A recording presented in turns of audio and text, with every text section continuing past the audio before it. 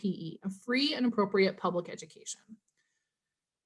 And what both the US Department of Education and our Pennsylvania State Department of Education have said is that the right to a FAPE, the right to that free and appropriate public education, did not disappear or take a vacation during the current pandemic.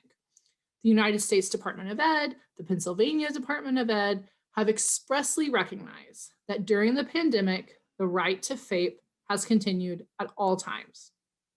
Further, they've explicitly stated that children with disabilities have an entitlement to compensatory education for times that they do not receive FAPE. And in many cases, those children may have also received less than full FAPE even prior to the pandemic. Researchers, of course, are publishing papers and data now recognizing that the move to virtual instruction this time last year caused reading and math levels to drop for all children, but that those regressions were even stronger, particularly for students with disabilities. It's also true of students who were receiving occupational therapy, speech and language therapy, and behavioral therapies through their schools. Those regressions are being shown across the board. And, to those of us doing this work, we're not a surprise, but it's important that we have the data out here, and that the US Department of Education and the Pennsylvania Department of Education have been very clear that nothing changed in the school's legal responsibility to provide FAPE during the pandemic. Let me just make sure, as we go, I'm just gonna make sure I make all the information I wanted to make sure you have. So let's talk a little bit just shortly about what is FAPE. What does that free and appropriate public education mean? We know what it stands for. What it means in practice is an individualized education program, individualized being the most important word there, that is designed to meet the child's unique needs and from which the child receives educational benefits and prepares them for further education, employment, and independent living. A lot of times FAPE gets really focused on the education piece, but we're really preparing our students for employment and independent living as well. Also important to note, none of the timelines for the completion of evaluations, reevaluations, or IEPs at this time were waived. Therefore, evaluations, reevaluations, IEPs should have been and continue to be completed in a matter that's consistent with our timelines that are contained both in our state and federal regulations. So, okay, when a student's denied FAPE, what is the remedy for that? The remedy for that is compensatory education. We call it Comp Ed for short, and I'm going to refer to that today as Comp Ed. So what exactly is Comp Ed? Typically, it's an educational fund or some amount of educational hours set aside for a child to further their individualized education program or those IEP goals. Usually in the cases that I'm involved with, it's a compensation fund that helps the student catch up, so to speak, when the school district has been found to not be providing FAPE for a sustained amount of time. There are different considerations that go into play when trying to figure out how much Comp Ed a student may be entitled to. And there's differences of opinion, even in Pennsylvania, between the hearing officers of how we might decide how much Comp Ed a student's entitled to. Here's some of the things that we might consider. The amount of time and duration that a student is denied the FAPE.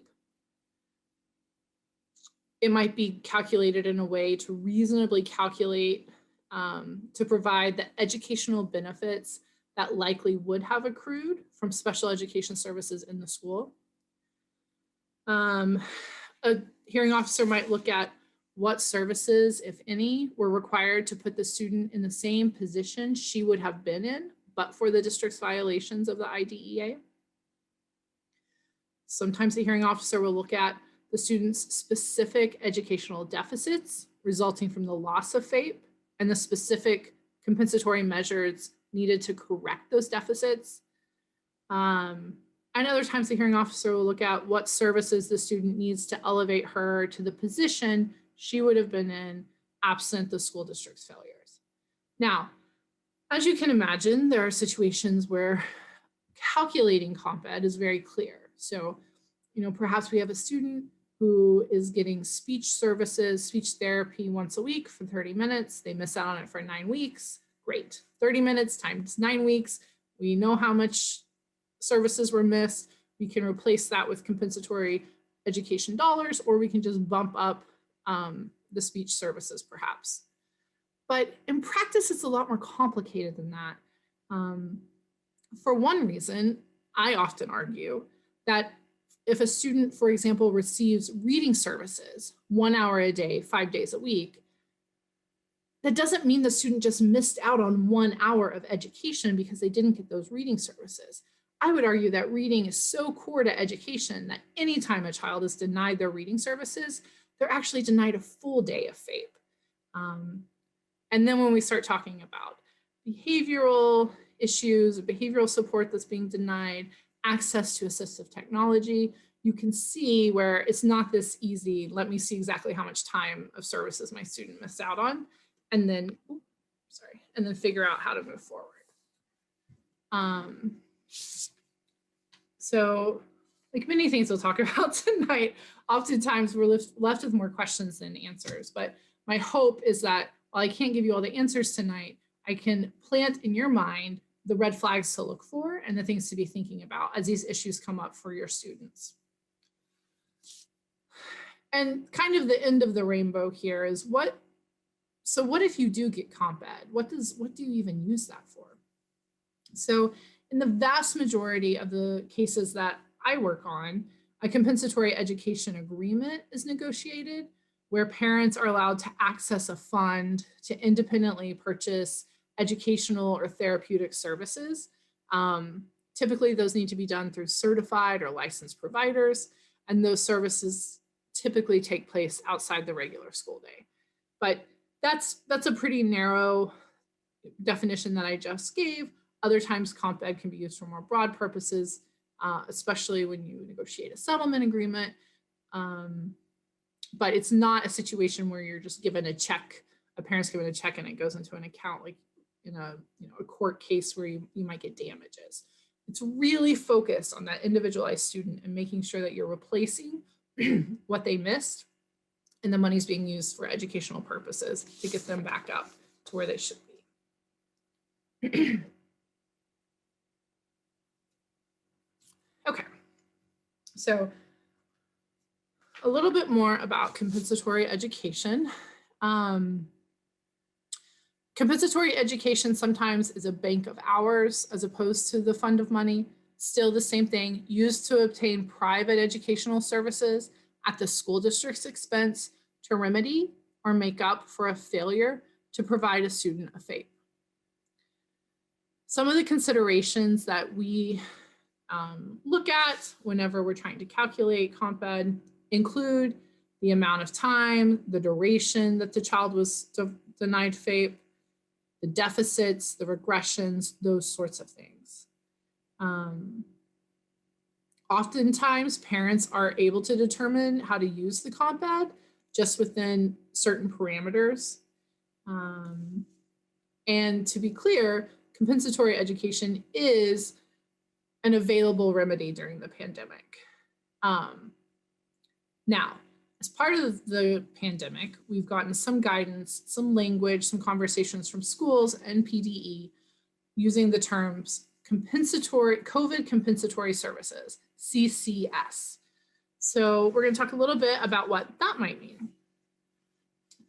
COVID compensatory services, or CCS, are services as determined by the student's IEP team that are needed to remedy a student's skill or behavior loss or lack of progress that resulted from the local education agency, the LEA, or the district's inability to provide the FAPE while using alternative instructional models due to the COVID pandemic.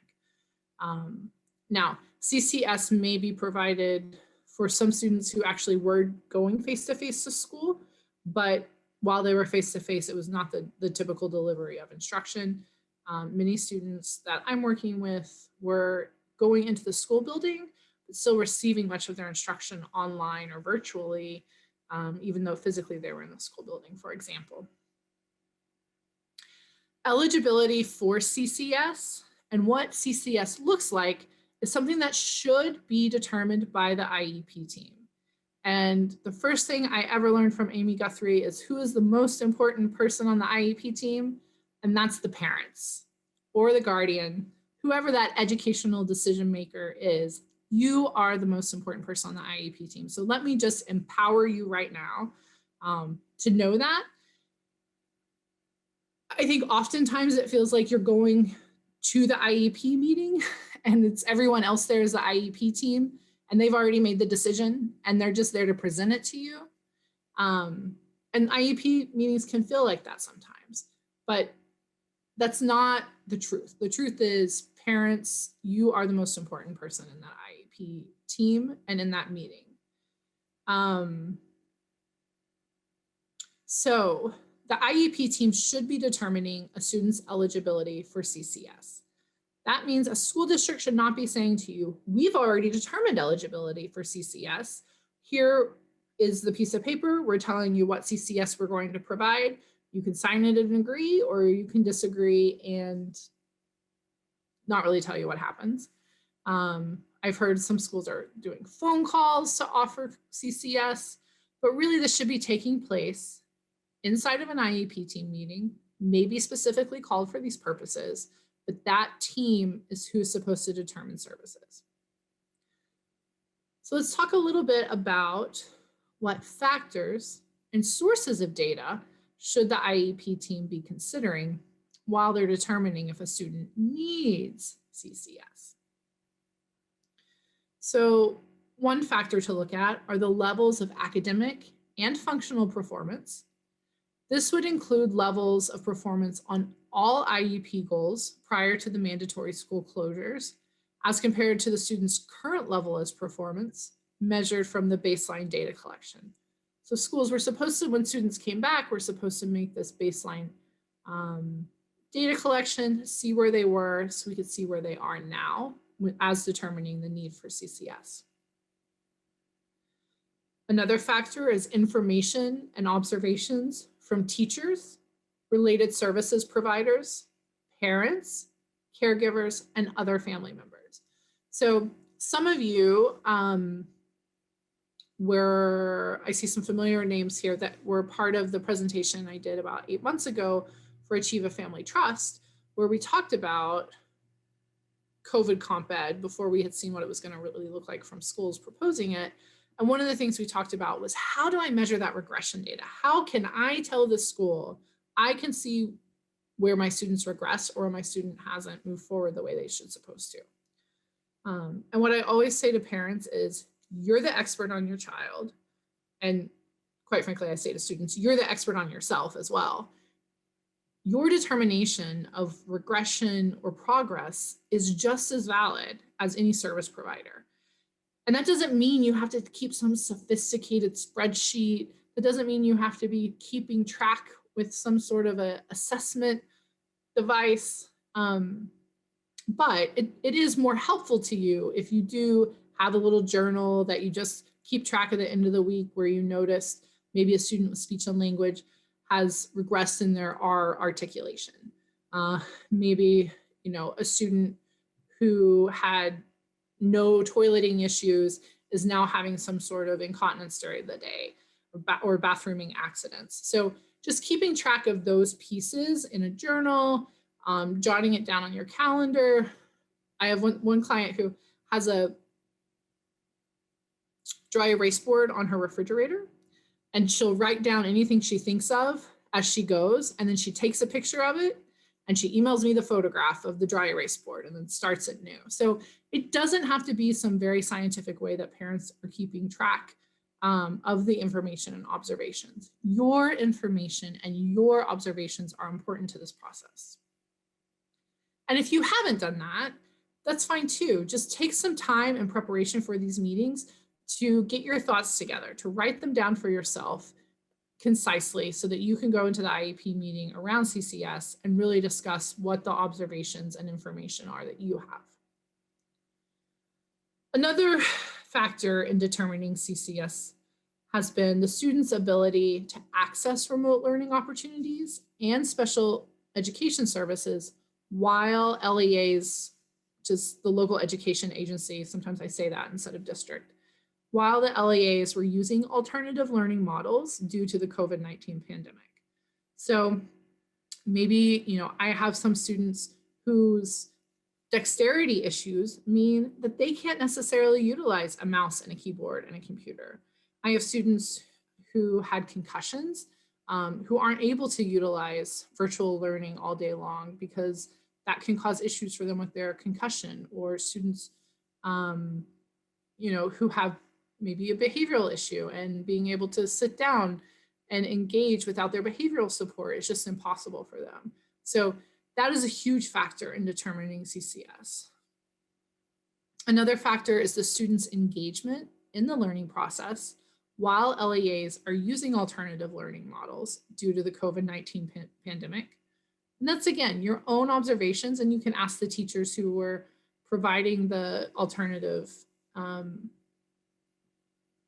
delivery of information. What was that student's engagement like? Was it similar or different than what you see when you're face-to-face with a student?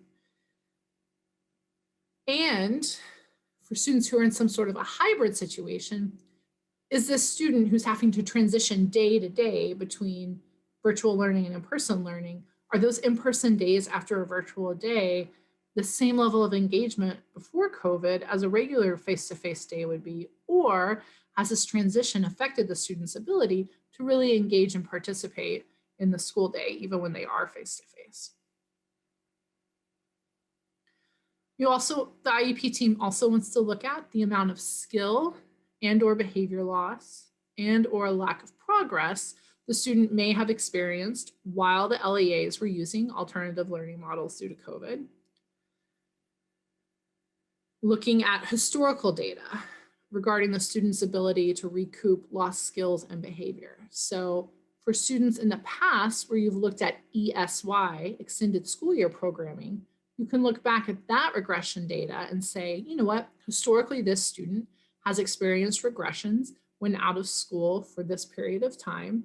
And therefore, even if maybe we don't have great data right now about what happened around COVID, we can draw a conclusion from our previous years of data that this denial of FAPE or this alternative delivery model would have led to a regression if we had good data.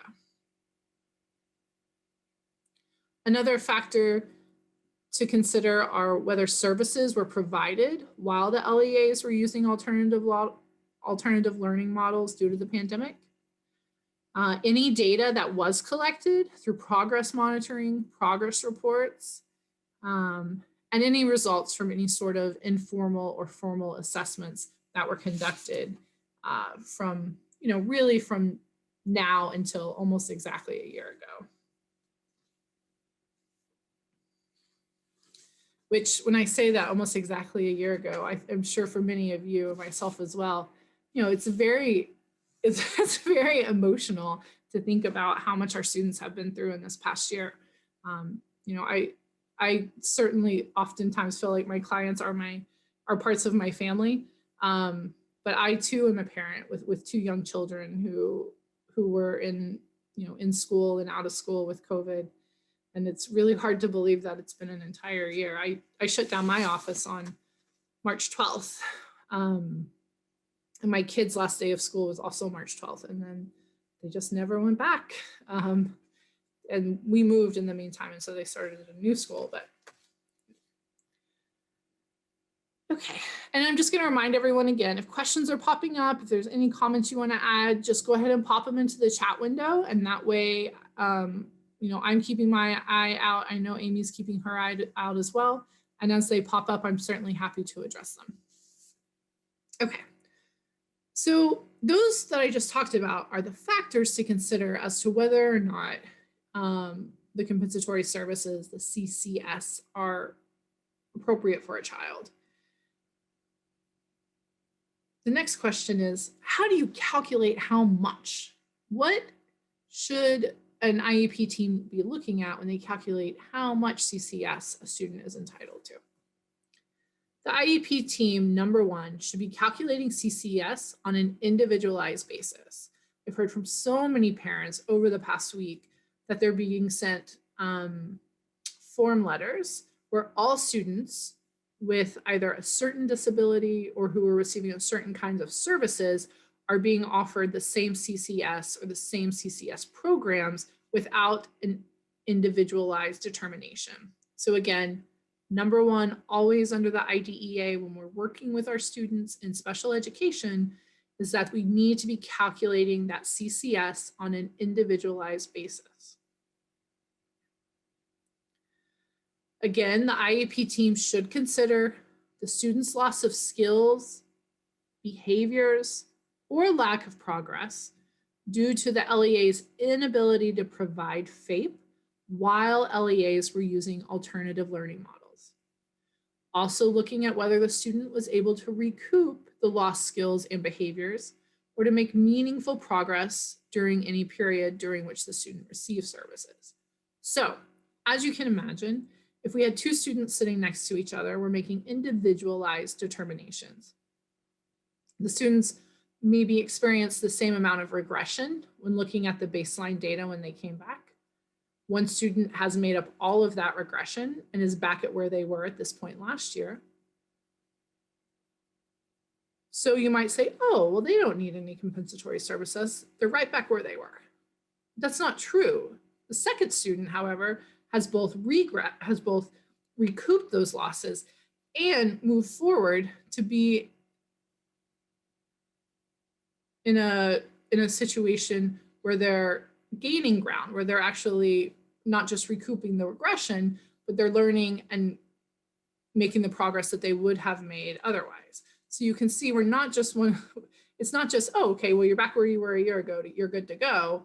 It's have you both recoup those losses and then have you made progress that you should have made otherwise.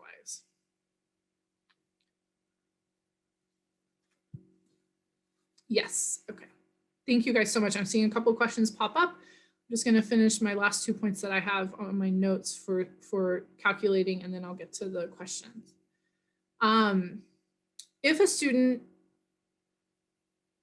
If there's any remaining loss in skills, behaviors, or lack of progress after the recruitment period, but no later than the first 3 months following normal operations resuming, then the IEP team needs to determine whether and to what extent the student needs CCS.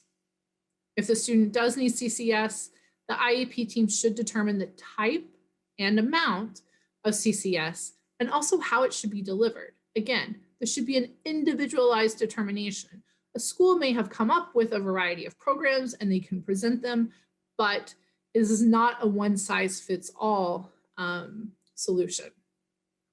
CCS should not supplant the student's current IEP, and the IEP team should refrain from altering the least restrictive environment if CCS is to be offered during the day. That's another thing we're seeing pop up a lot. Students who typically would be doing 50% mainstream classes with their peers without disabilities, suddenly it's 100% with their peers with disabilities. And that's unacceptable. LRE, least restrictive environment, still needs to be adhered to even during the CCS service period. Okay, now I'm going to take a little break and I'm going to answer some of the questions, and then we will talk about, as I say the word supplant, that we're not using other services and pretending they're CCS services. That really brings us to, is ESY now just CCS? What does that mean? So we'll get to that next. So I'm just going to go over here to our chat window and start at the top. CCS is only good from March 2020 to the fall of 2020. And that is not good starting this school year. Is that true? I'm sorry, I'm not, if you want to unmute yourself, if you can, or if you're still with us, and just clarify a little bit. I don't know what that was supposed to say. Oh, okay. So we were told in that LTF meeting last week that CCS, like the only time we would use that as compared to regular comp ed would be for the time of March when things closed until the fall. And that CCS did not cover from the beginning of this school year on.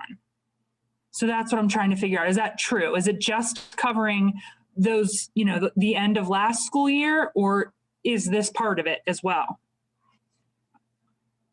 That's a good question. And I think that's going to vary a little bit with the school, but yes, in general, the CCS services are specifically to look at that period of time from when schools close until schools reopen. Now, for Pittsburgh Public, school reopening looks very different than many of the schools in our region did, because a lot of schools did go back to face-to-face or some sort of hybrid instruction.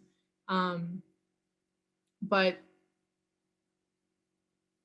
I don't think that that's unreasonable to say that CCS, and this was the Pittsburgh LTF or the Allegheny LTF, Lorraine? Pittsburgh. I mean, it would make sense to me that when they're determining COVID compensatory services, they're just looking from March until the beginning of the new school year. But that doesn't mean a student isn't entitled to comp ed, right, for this whole school year, right? Right. And quite frankly, maybe that's, for one student, that may be a benefit. For another student, it might not be. Okay. Can you say more about what is an alternative learning model? PPS is considering synchronous remote instruction normal operations. If a student regressed or did not make expected progress on IEP during remote instructions, is that normal operations or an alternate learning model? Eileen, I would say that there's some cases where I can see that I would want to argue either side of that depending on the student. The important thing is, even if we accept the argument that normal operations started when synchronous, which after saying that word for a year, I wish I would be better at saying it, but when synchronous remote instruction started and considering that normal operations, that's fine because the student's still entitled to comp ed during that time. So if the student did not make expected progress on IEP goals during remote instruction, that student is entitled to compensatory education, apart from any sort of COVID compensatory services conversation. We're still looking at, did the student receive FAPE during that time? And if you want to call that normal operations, okay, here's the comp ed the student's entitled to. We're seeing a lot of these types of questions. And I have, I can't even tell you how many cases I'm working on right now, very similar to this. My son is 19 and close to aging out of high school. He missed an entire year of on-site job training with our school and county intermediate unit.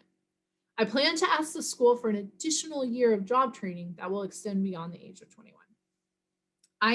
I'm having some success with that, some pushback. It really depends on the district and it depends on the job training program itself. So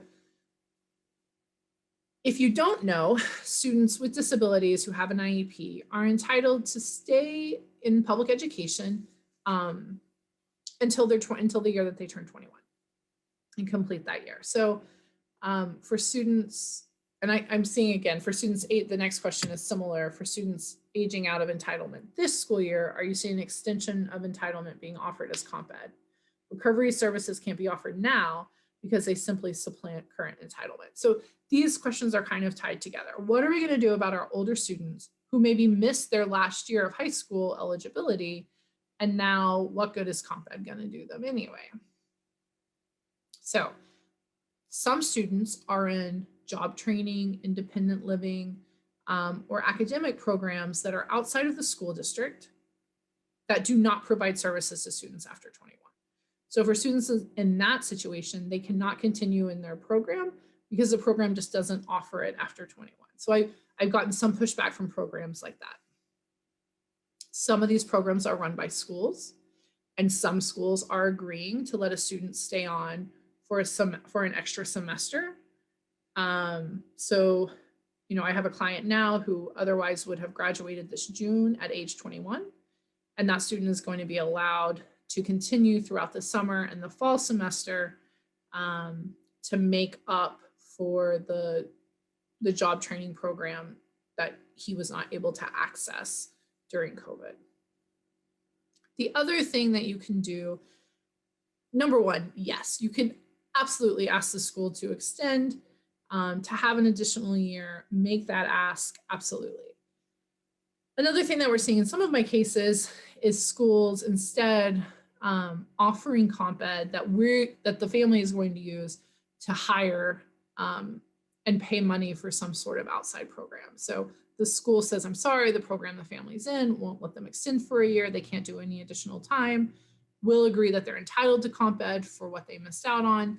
And then there are programs and services in the area that do consulting and coaching and using the monies for those types of services to make sure the students are making the progress that they need towards independent living goals.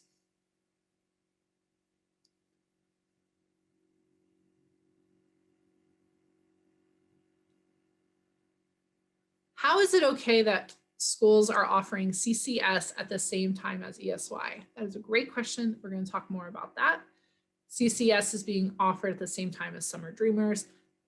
Yes, that is a great question. I'm going to talk more about the issues with ESY and CCS now. I think that got us through our list of questions. Okay. Nancy, can I ask you one more that's hard to type? Sure. So you had talked about, like the LRE, and if a student was with, let's just say they were in supplemental support, but now they're in full-time support, and that doesn't necessarily meet what their IEP says. What if the parents don't care and they were actually happy with that? Is that still something that we would, I'm assuming that's something we wouldn't argue. I just know that I have a case now where they wanted him to be in person and the only option was to put him in full-time emotional support or autistic support, which he wasn't in before, and the parents are thrilled. So, do we just let that go then? Like, we wouldn't look at that wasn't necessarily what was in the IEP? So that brings up a few different issues. So one is, like I said, the parents are the experts. If the parents believe that that placement is the best placement for that child and they're happy with it, that's great. The concern for me from what you've said is we get into issues of pendency. So if anyone doesn't know, what pendency means is that if you and the school district get into a dispute over a child's placement, for example, whatever's the last thing that was in the last IEP that everybody agreed to, that becomes that student's placement while you do some sort of dispute resolution process. My concern would be a family agreeing to a new IEP where the LRE is much more restrictive. And then when they want their student out of that, now the pendency is the more restrictive placement. So it's just something to think about.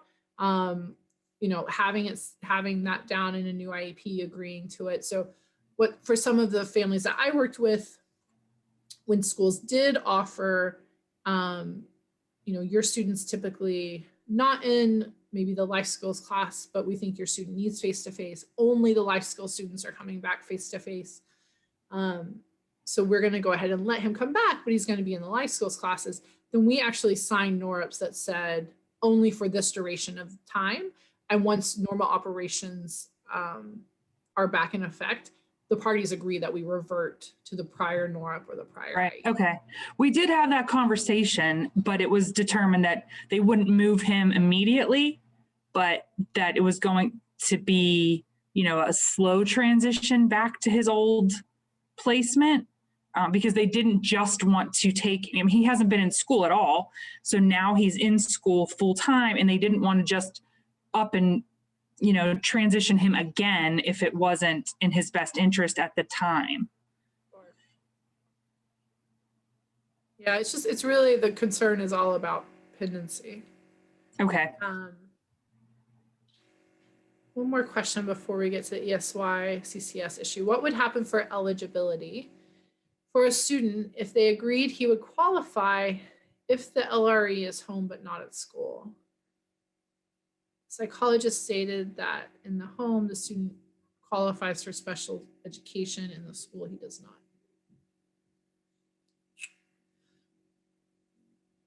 I have to say, if we're playing Stump the Chump, you stumped me, Maximus. That sounds like one of those questions. That sounds like one of those questions that's, I need a little bit more information, and I would be happy to discuss that and be helpful on the individual issue. But you know, if a student under the law, if a student qualifies for special education, they qualify for special education.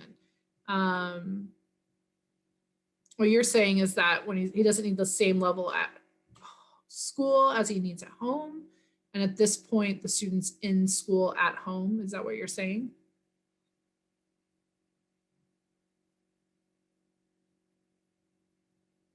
Okay, so you know, it is certainly true that some students exhibit behaviors at home that they don't necessarily always exhibit at school.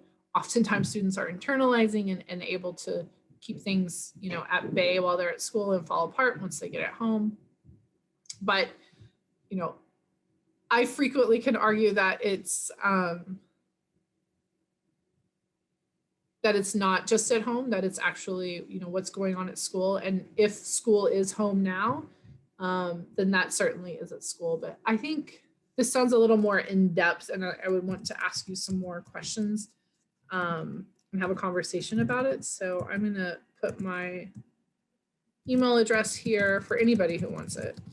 But just ask you that you can just, oh, sorry, I just sent that directly to.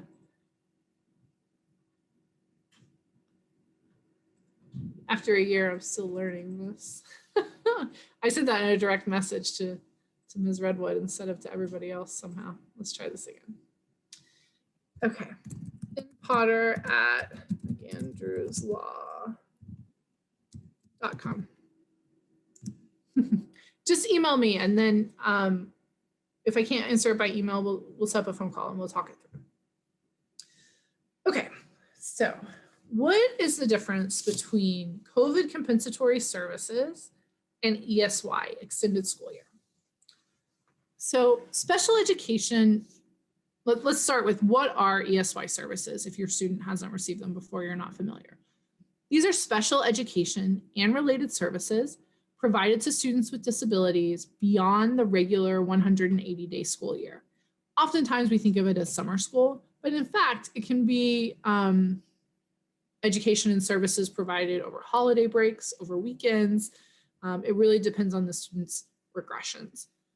Students are entitled to extended school year services if they are needed for that student to receive a free and appropriate education. Students, and there's different timelines. So students who have what are considered severe disabilities under the IDEA, those decisions should have been made by February 28th. And the NORP should be issued by March 31st. There's some flexibility in there, particularly if it's the family who's waiting to decide and trying to weigh their options. But the school should be having those conversations with you. So when determining eligibility for extended school year, there's a handful of factors that the IEP team should evaluate. Number one, regression.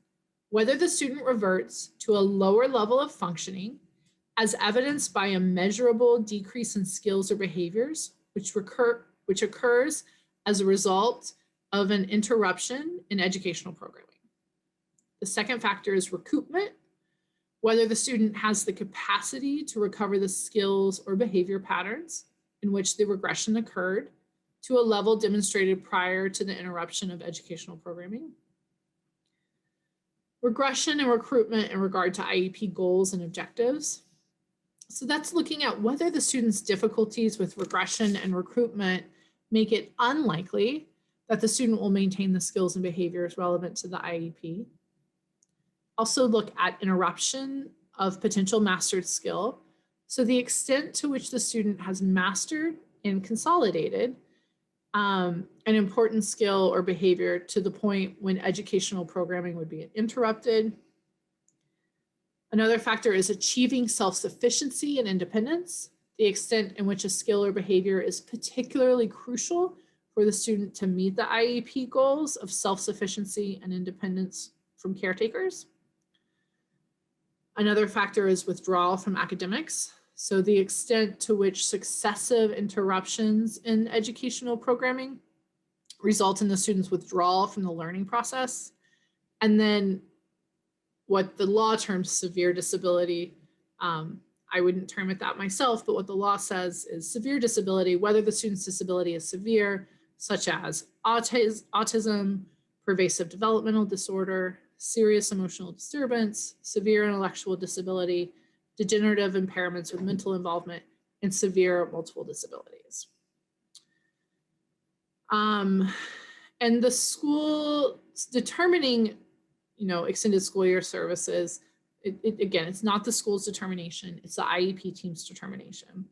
And the IEP, to assess all of these things, should be considering some similar things that they were considering for CCS, but in particular, they should consider progress on goals in consecutive IEPs, progress reports from team members, including the parent, reports by parents of any negative changes in adaptive behaviors or other skill areas, medical or other agency reports indicating degenerative type difficulties, challenges that are increased during breaks in educational services, observations, opinions, test results, tests, assessments, life skills assessments, those sorts of things. So what I'm hearing from families is that, my student who should be getting ESY services anyway is now being offered ESY services as CCS. So, in those situations, again, I think what's important to do is, look back. What were the ESY supports that you've gotten in the past? If you've gotten them, how many hours of ESY were you given? And then to ask the school in that team meeting or otherwise, how many hours of CCS are you saying my student's eligible for? How many hours of ESY are you saying they're eligible for? And if that ESY number is lower or different than it was in the past, or if the, and then the CCS isn't on top of that, why is that happening? Can you explain to me? Can you walk me through this decision? Really trying to look at, pulling the numbers out. Just look at ESY numbers, just look at CCS numbers, and make sure that those make sense. Not that they're saying, well, your student's entitled to, and I'm just going to use a round number. Your student's entitled to 10 hours of CCS, so we're going to give 10 hours of ESY. But last summer, my student, also got 10 hours of ESY, so shouldn't it be 20 hours? It's definitely an issue that's popping up that families should be careful about. The other thing that I just want to caution families about is, when you accept CCS services, to look carefully at any paperwork you sign. A student may in fact be entitled to comp ed from before CCS or maybe after CCS. And you want to make sure you're not waiving any of those rights or comp ed.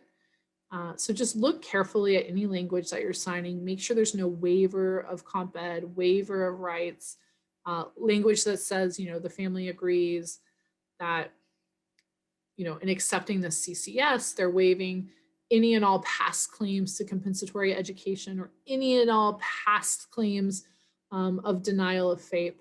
You want to be very careful in signing anything that is requiring you to make that sort of waiver.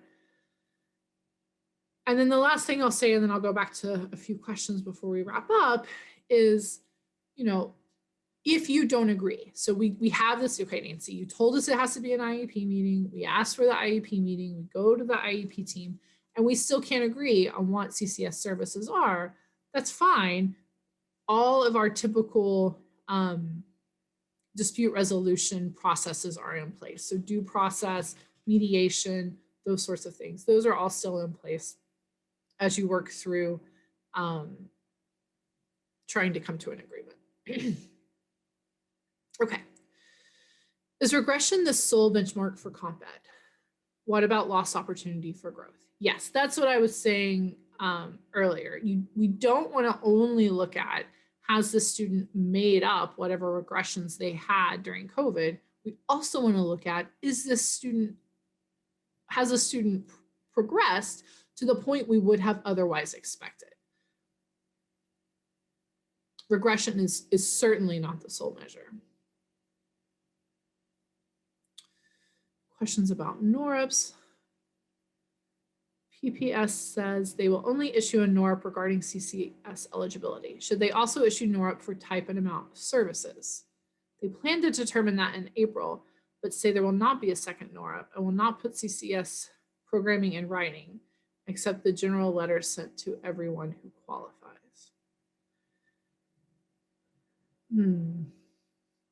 I would say that in some situations that that may work for the family, that might make sense. If that doesn't make sense for you, you may want to sign the NORAP and say, we agree that our student is eligible for CCS services. However, we don't agree that this is appropriate since it doesn't outline the type and amount of services.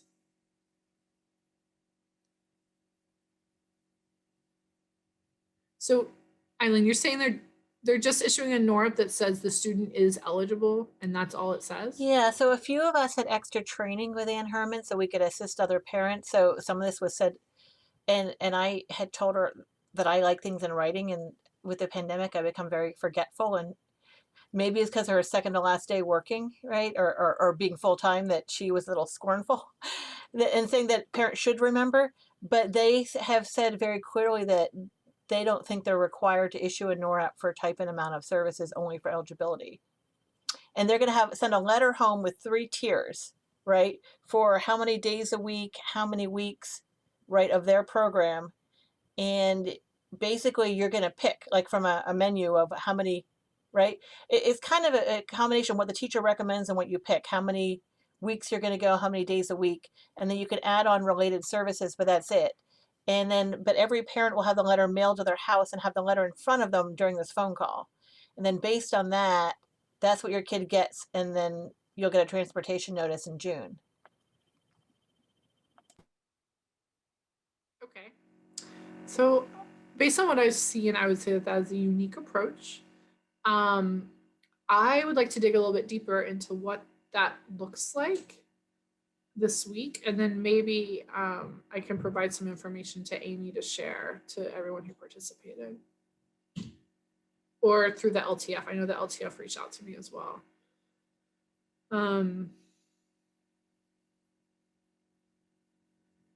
Yes, Maximus Elwin is correct. You should state what you think they should provide to your child and ask them what the services and action plan are. If there's something missing, then they'd be forced to provide a NORAP on why they don't provide it. That's right. I mean, if there's not an agreement, that should be captured in the NORAP so that you can move forward with some sort of a dispute resolution process.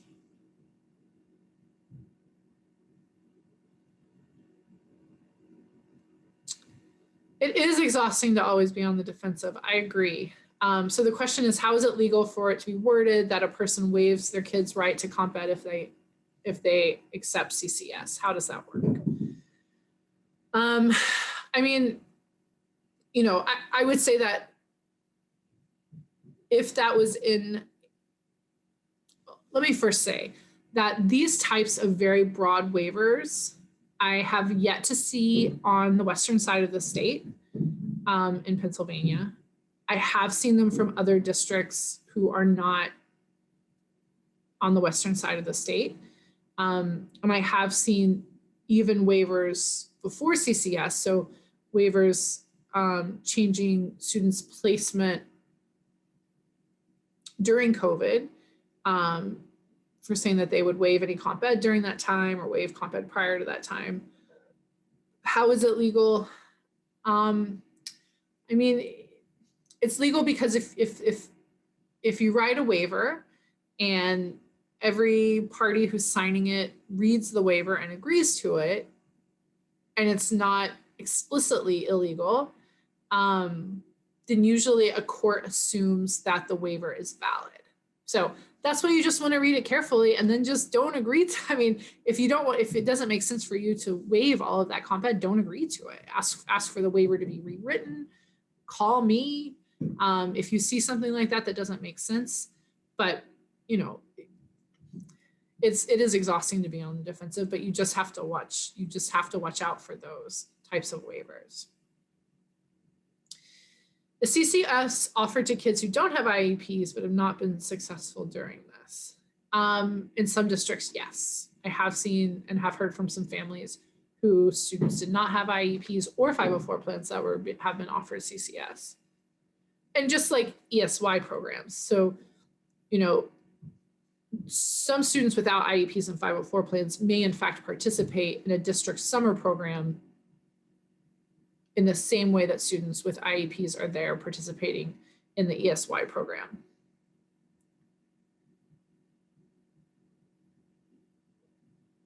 What about the 10 days to respond with NORUP? If the NORUP goes to spam or the email is lost or not received, when does that start? Is there an extension? I've not had a problem with this before. So in any situation where a NORUP hasn't been responded to, you know, again, my experience with it is different because if the school district knows I'm involved and the family hasn't responded, the school district's lawyer is calling me and asking me why they don't have the NORUP yet. But I would say, yes, there can certainly be situations where there's extensions or, but you should know if you're going to receive a NORUP. And if you haven't received it, you should be reaching out to the school and asking where it is. Rachel asks, is there a standard time to look at recoupment? If a student regresses at the end of every summer, how long should it take to recoup? How long is reasonable? CCS is looking at 6 weeks, but that's a sixth of the year. Is there an understood amount of time that's reasonable? Rachel, I don't think that there's an understood amount of time. You know, I think that looking for any particular student, looking back at the data that you have on them for how long recoupment has taken in the past,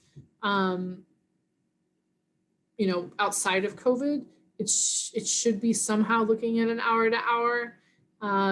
6 weeks is you're saying 6 weeks is comparable to a sixth of the year.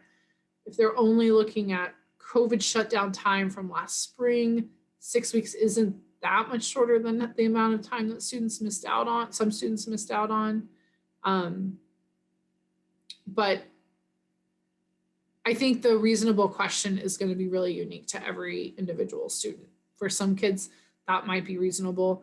For others, it might be, okay, 6 weeks of CCS is great, but they're also going to need additional hours outside of ESY or outside of, you know, maybe even during the school year.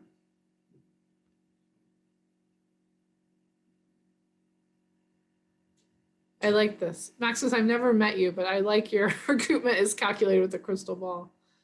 But CCS, in some districts, CCS, that programming is being offered, you know, schools are using the same terminology to offer it to students outside of special ed.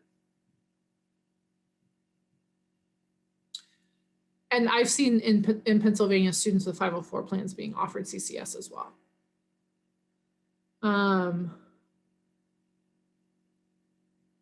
Yes, I share your frustration with the spam filter. As someone who, if you weren't on earlier, you may not know, I lost access to my emails for a week, and it's been a horrible situation. I can't even believe that I used to survive without emails. Okay, and just want to be mindful of everyone's time, so I'll answer one more question. My son has his curriculum does not meet the course standards.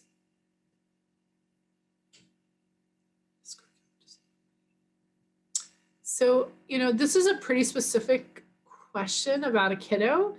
Maximus, if you want to email me, we can talk more specifically about your son.